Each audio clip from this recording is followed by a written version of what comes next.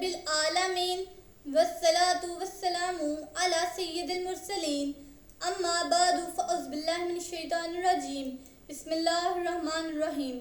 ہماری کسی بھی ویڈیو میں کوئی بھی ایک لفظ بھی آپ ایسا نہ پائیں گے جو اللہ تعالیٰ کے حکم اور اس کے نبی اکرم صلی اللہ علیہ وآلہ وسلم کی تعلیمات سے ہٹ کر ہو۔ آپ سے گزارش ہے ہماری ویڈیوز کو آخر تک دھیان سے سنیں، یقیناً آپ کی زندگی بدل جائے گی۔ حضرت عمار بن یاسر کو بھی آگ سے عذاب دیا جاتا تھا۔ ابن جوزی لکھتے ہیں، بسا اوقات سرکار دو عالم صلی اللہ علیہ وآلہ وسلم ایسے اوقات میں تشریف لاتے جب انہیں آگ سے عذاب دیا جا رہا ہوتا۔ حضور صلی اللہ علیہ وآلہ وسلم اپنا دست شفقت ان کے سر پر پھیرتے اور فرماتے، اے آگ، جس طرح تو حضرت ابراہیم علیہ السلام کے لیے ٹھنڈی اور سلامتی کا باعث تھی، اسی طرح عمار کے لیے بھی ٹھنڈی ہو جا اور سلامتی کا باعث بن جا۔ ایک روز حضرت عمار نے اپنی پشت سے قمیض اٹھائی تو وہاں برس کی طرح سفید داغ تھے۔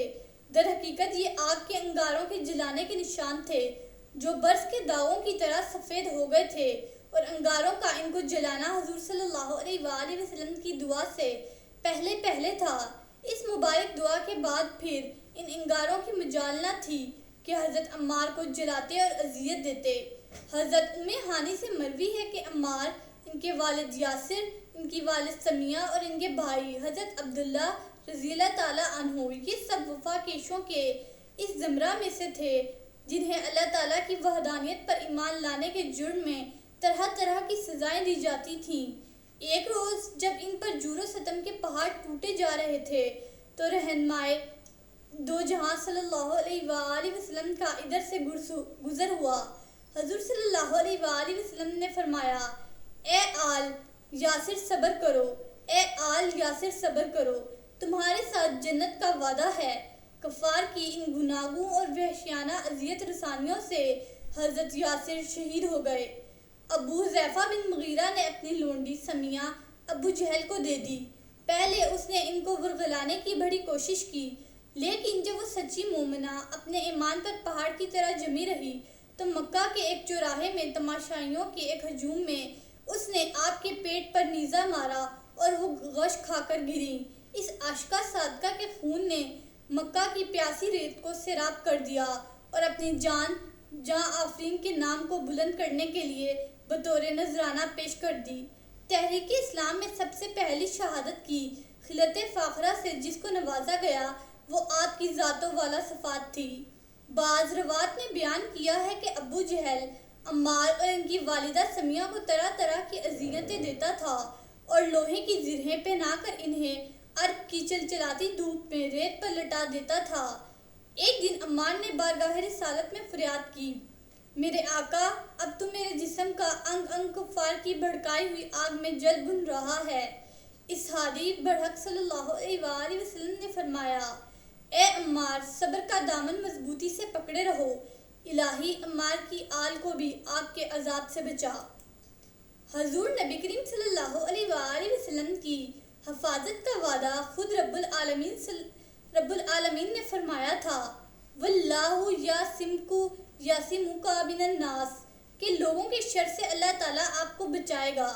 نیز آپ کے چچا ابو طالب اور خاندان بنو ہاشم کے دیگر لوگ بھی حضور صلی اللہ علیہ وآلہ وسلم کے دفاع کے لیے ہمیشہ سے مستعد رہا کرتے تھے۔ دیگر اعلیٰ خاندانوں کے افراد جو اسلام لائے تھے، ان کے تحفظ کی ضمانت ان کے خاندان والوں نے دی ہوئی تھی۔ اس کے باوجود کفار جب بھی ان کا بس چلتا، سرور دو عالم صلی اللہ علیہ وآلہ وسلم اور ان بارسوخ صحابہ کی دل آزاری کا کوئی موقع ہاتھ سے نہیں جانے دیتے تھے۔ لیکن اکثریت ان لوگوں کی تھی جو کافر آقاؤں کے غلام تھے یا غریب اور نادار لوگ تھے جن کا کوئی پرسان حال نہ تھا۔ کفار کا رویہ ان لوگوں کے ساتھ انتہائی سنگدلانہ بلکہ وحشیانہ تھا۔ نبی کریم جس نے بھی اللہ تعالیٰ کے حبیب صلی اللہ علیہ وآلہ وسلم کے دست حق پرست پر اسلام کی بیعت کی، اسے آزمائش کی ان بھٹیوں میں جھونکا گیا، تشدد اور بے رحمی کی ان پر انتہا کر دی گئی۔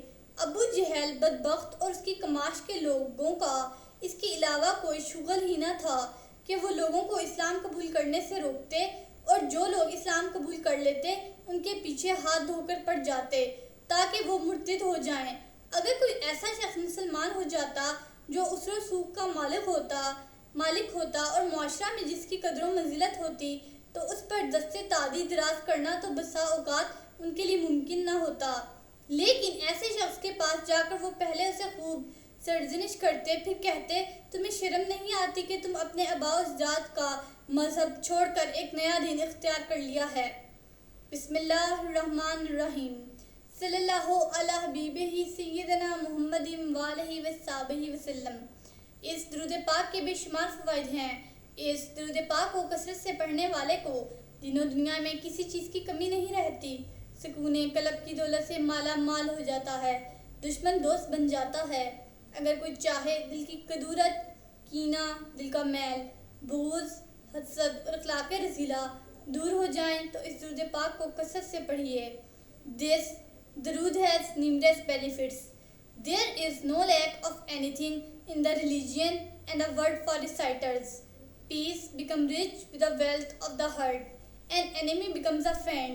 If anyone wants the darkness of heart, malice, anger, jealousy, dirt of heart, and ethical behavior, get away. So recite the درود frequently. سیرت النبی صلی اللہ علیہ وآلہ وسلم کا یہ سلسلہ جاری رہے گا۔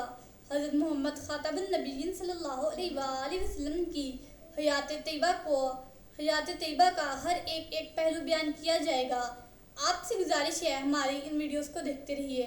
اللہ تعالی ہمارا اور آپ کا حامی و ناصر ہو۔ شکریہ۔